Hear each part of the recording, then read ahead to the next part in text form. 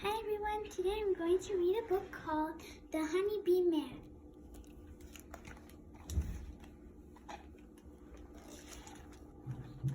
The Honeybee Man. One quiet July dawn, Fred rolls out of his bed and into his slippers. He greets two members of his enormous family. "Good morning, Copper," he calls to his dog still curled up on the rug. "Good morning, Cat," he calls to his cat named Cat. She stretches in a pool of sunlight.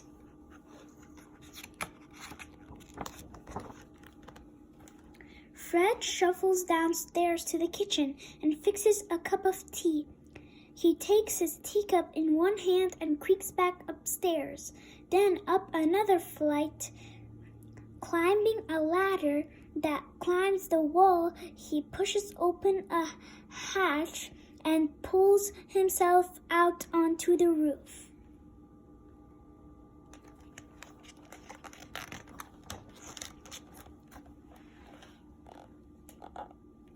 All around is quiet Brooklyn City. Brownstones and linden trees, a tall clock tower, and bridges in the distance. Near the edge of the roof is another tiny city. It has 3 houses, each with 2 white stories and 1 red story.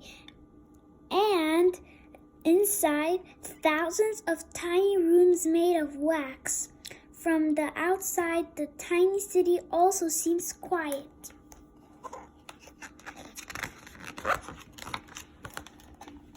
Fred inhales the smells of a summer city morning, maple leaves and gasoline and the river and dust. He turns to the tiny city and inhales its smaller, sweeter smell, a little like caramel, a little like ripe peaches. To the first little house, Fred calls, "Good morning, Queen Mab," and to the other 2 houses, "Good morning, Queen Nefertiti, good morning, Queen Boadicea." Then Fred greets the rest of his family, which has more members than he can count. "Good morning, my bees, my darlings."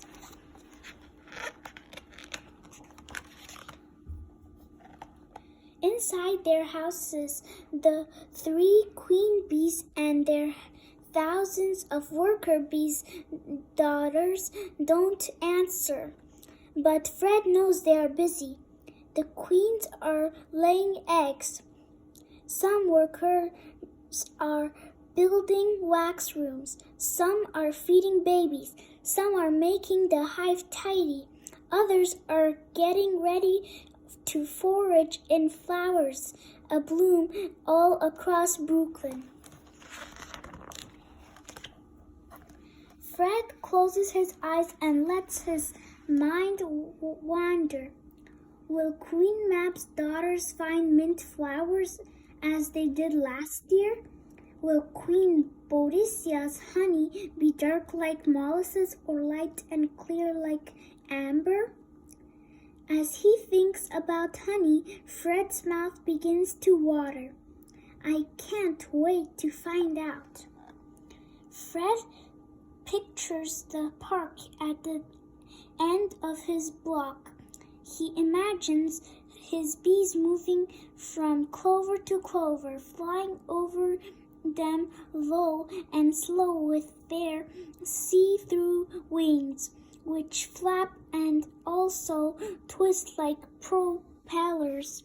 Fred wishes he could fly there with them, with the wind rushing over his back. Fred opens his eyes and the hives are alive, humming with a low hum. As low as a whisper, Fred hums back. "Tell me what it's like to fly through the world." "Zzz," hum the bees. To Fred, this sounds like an answer. If only he could understand. Young bees on their first flight circle in the air. Young bees on their first flight circle in the air. There There, my girls. Don't be afraid," Fred says in a soothing voice. As he speaks, the young bees seem to pluck up their courage.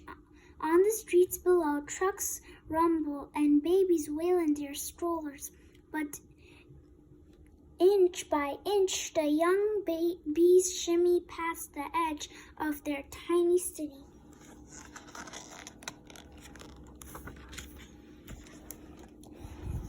It is easy for Fred to recognize the older bees who are used to moving between their small world and the giant world of people. They zip out of the hives and throw themselves at the air, embarrassing it with their wings. A few land on Fred's arms. "Hello, Fred," they seem to say. "Hello, girls. Have a nice day. Now off you go." Fred gives them a gentle flick with a finger.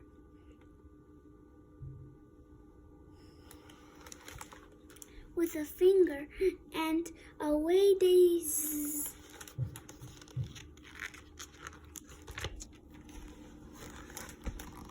Fred watches his bees fly into his backyard garden and other gardens on the block. He sees the bees dive into sweet pea and squash flowers. If he were closer, he could see them using their tube-like tongues to drink in flower nectar, which they store in honey sacs inside their bellies. Then it's off to the next pea plant, to the sage flowers in the next backyard, and maybe, if Fred is lucky, to blooming blueberry bushes somewhere across town.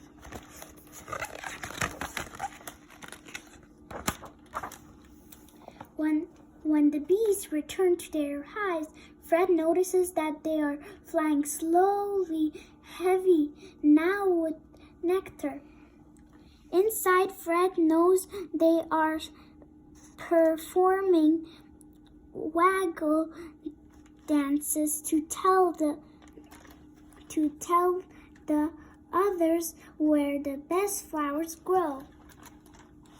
He knows that sister bees are taking the nectar and storing it in the tiny wax rooms. And he knows that others are fanning their wings to evaporate the water from the nectar so it will turn to honey. Day after day, Fred watches the bees zip out over the blare of the city. "How tireless you are," he sighs, wishing he could be as strong and as free as the bees.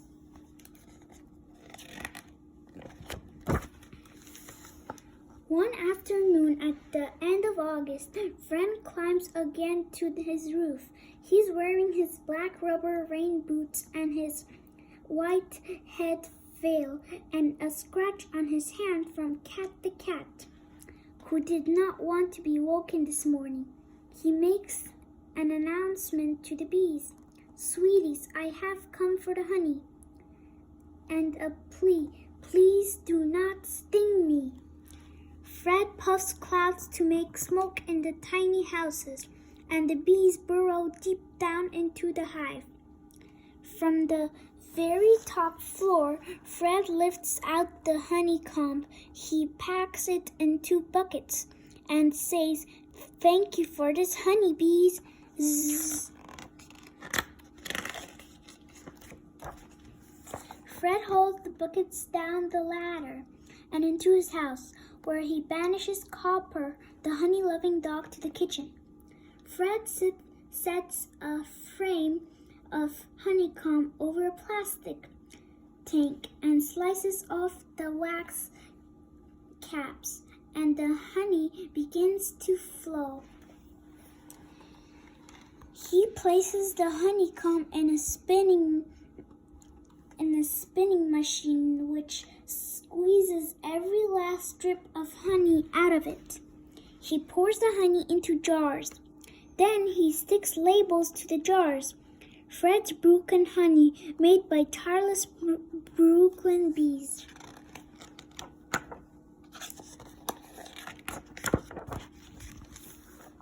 In the late afternoon, Fred sits on his stoop, enjoying the cool end of summer breeze. When his neighbors come out to chat, Fred gives each of them a jar of deep gold honey. One neighbor asks, "Where did this honey come from?" And Fred says in a humming sort of whisper, "From the sweet pea flowers in your backyard. From the flowers of the linden trees shading our block. And maybe if we are lucky, from sour sweet blueberry bushes somewhere across town."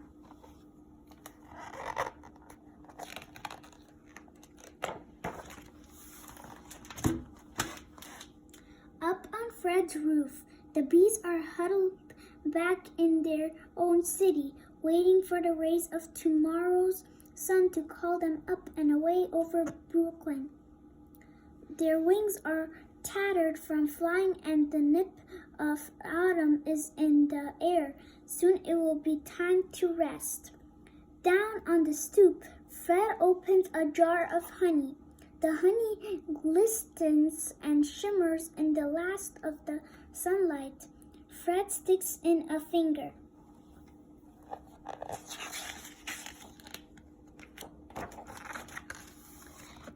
It is sweet like linden flowers. It is sharp like rosemary. It is ever so slightly sour.